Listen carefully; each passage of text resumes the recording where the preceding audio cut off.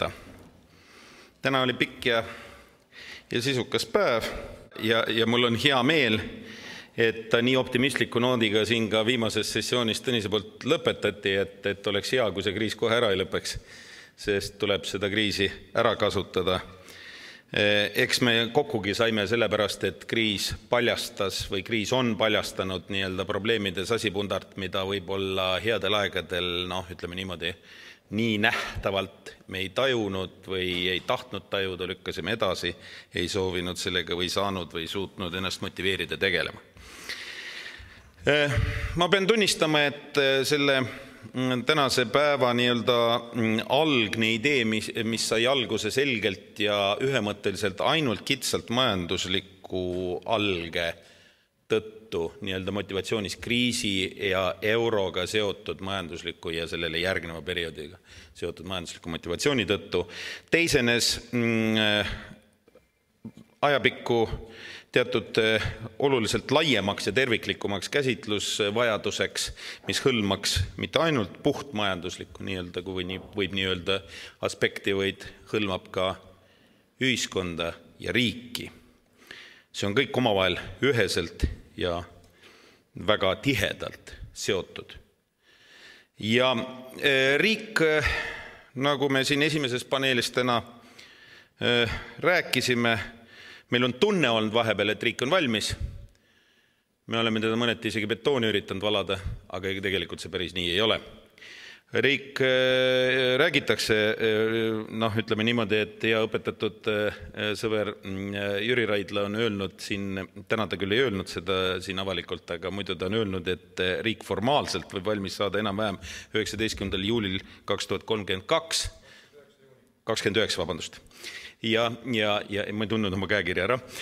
Ja põhjuseks, et sel päeval peaks täituma täpselt nii palju eluaastaid, kui on vajalik Eestis, vabas Eestis sündinud presidendile, vastavalt meie põhiseadusele.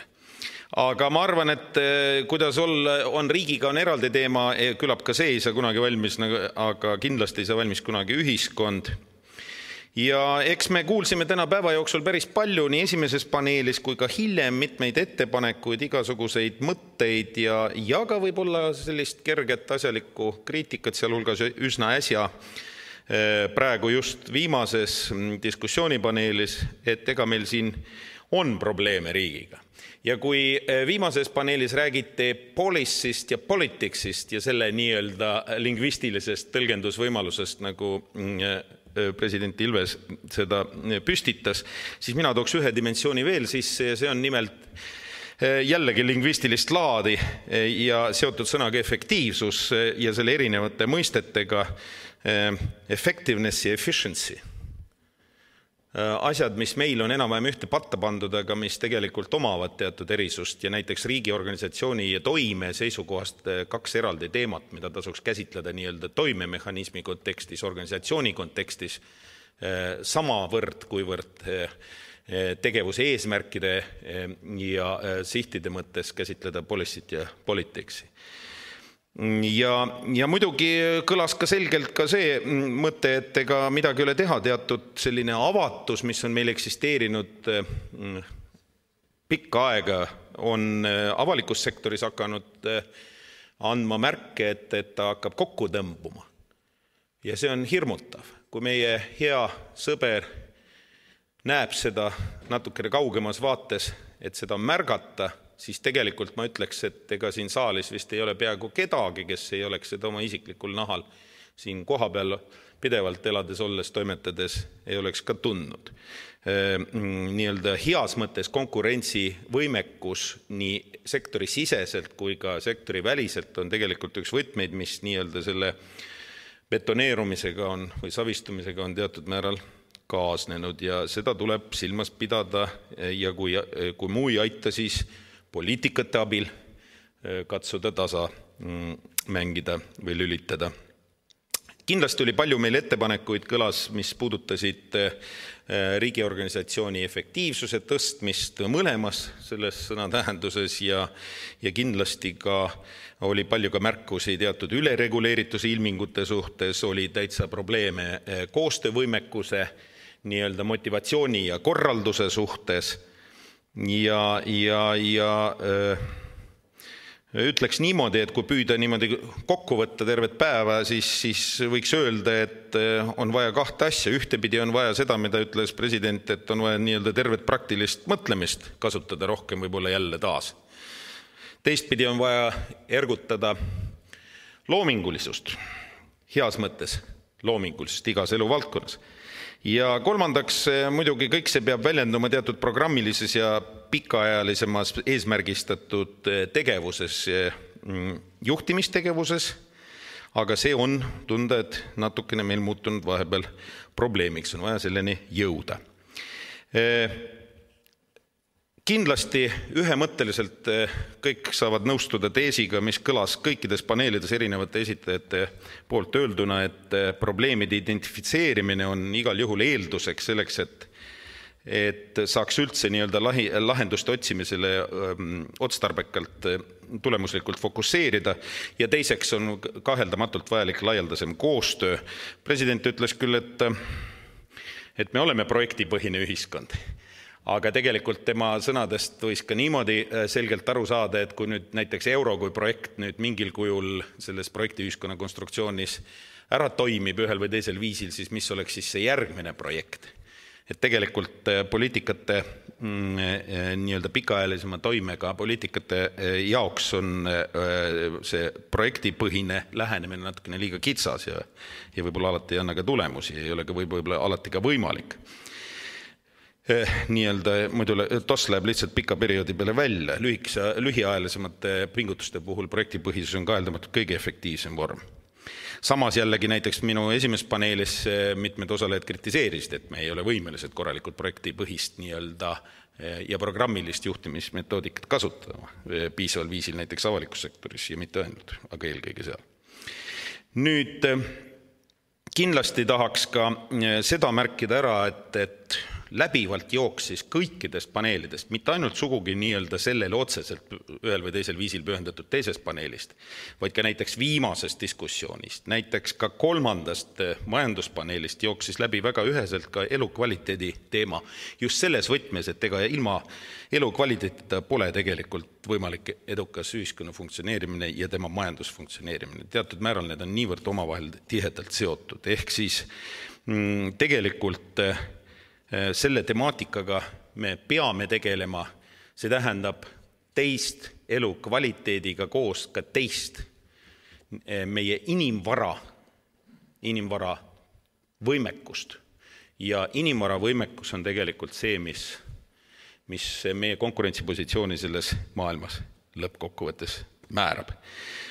Ega hea meil on teatada, et näiteks ka järgmine inimarengu aruanne, mis märtsis tuleb, on ka ühiskonna elu kvaliteedist ja on fokusseeritud just sellele probleemile.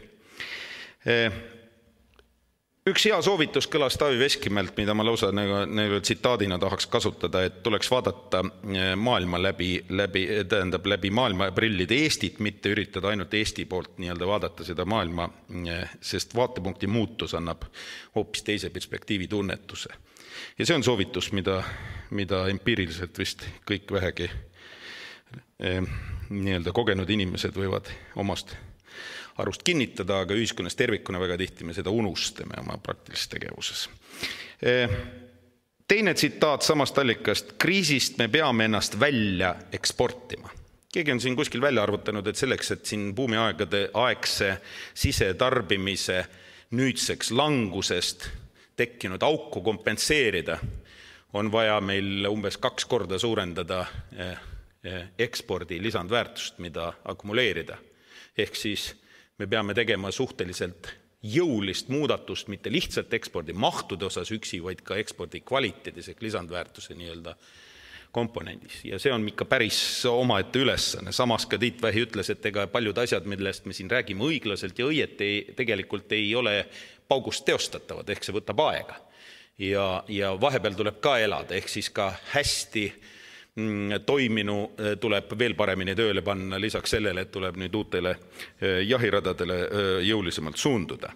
Ja tuleb vaadata, nii nagu ütles Taavi Kotka ka väga hästi, et tuleb vaadata ikka selle pilguga ka, kuidas toetada, et miks me ainult seda vaatame, kuidas maailmast meile tullakse, me peame toetama ka seda, kuidas meie ise lähme maailma vallutama, ta kasutas seda sõna, nii et Taavi ütles lausa selle sõna välja, vallutama. Ja see ambitsioon meeldib, nii nagu Ott Pärna ka ütles, et ambitsiooni on vaja määratleda. Muidugi, olgem ausad, ega tegelikult maailm ei seisa paigal ja ega euro ei päästa, vaid annab ainult võimaluse, nii et targalt tegutsemise jätkuv vajadus ainult pigem kasvab. Seda enam, et olgem ausad, sõltumata sellest, kas kriis oli või on, siis globaalsed trendid laias laastus ka toimivad jätkuvalt. Küsimus on selles, kuidas nad parimal võimalikul viisil saduldada. Ja see on nüüd see väljakutse meie ees, kuidas seda teha. Muidugi vaja oleks ka sellist, eriti viimasest diskussioonist kõlas see väga hästi, et seda, aga ka näiteks majandusblokis ju näiteks Jüri Käol ja mitmel teisel osalejal kõlas see väide, et me peame rohkem nagu pöörama tähelepanu rahvuslike huvide deklareerimisele, et me oleme natukene nagu kaotanud sellist positsiooni selles osas ja tunnetust, ja see on üks osa sellest, et kui on deklareeritud rahvushuvid, siis on ka rohkem policy making ut, vähem policy taking ut, kasutades jällegi tsitaati presidendilt, ja see oleks nüüd see koht, kus on natukene ruumi. Ja lihtsalt põhimõtteliselt ei mahu mul pähe selline loogika, kui kas või isegi avaliku sektori nii-öelda kokku surumisel, mis on vajalik ja hädavajalik ja selles mõttes ka efektiivsemaks muutmisel näiteks lähtutakse labida meetodist lihtsalt sellepärast, et prioriteetid ei ole või nendega ei tegelda või neid ei osata näha. Ja selles mõttes ma arvan, et tänast päeva võiks kokku võtta niimoodi, et terve päeva jooksul kõlas väga palju ideid. Me oleme väga tänulikud nende kõikide välja öeldud ideede ja mõtete eest. Ma usun, et me peaksime tegema ka lisaks nendele materjalidele, mis riputatakse, nagu te teate, veebi välja reedest, nagu algus sai öeldud, nii eesti kui inglise keeles, siis lisaks sellele võib-olla tegema ka sellise spikri või loetelu või listi nendest püstitustest, mis täna kõlasid päeva jooksul selleks, et neid juba edasi jätkutöös sisendina saaks efektiivsemalt kasutada. Ja juhiks veel kord teie tähelepanu, et tegelikult meil on ikkagi plaanis, et see töö jätkub ja loodetavasti ka nii nagu plaanitud ka läheb. Ja meie korraldajad, organisatsioonid, keda on siis, tuletan veel kord meelde, lisaks rohkem kõlanud täna koostöökogule ja Arengufondile on 3 ettevõtlusjuhtivat organisatsiooni ja Kaubandus-Tööstuskoda, Suurettevõtjate Assotsiatsioon ja Tööandjate Keskliit, et nende oma nii-öelda tegevustes nad ka planeerivad tegeleda vastavate valdkondade küsimustikega ja kõik see formeerub kuskil kevadeks enam-vähem terviklikeks ettepanekute pakettideks selleks, et siis sellesse ühiskondlikku diskussiooni anda natukene asisemat ja laiemat sisendit just nimelt selle policy tähenduses.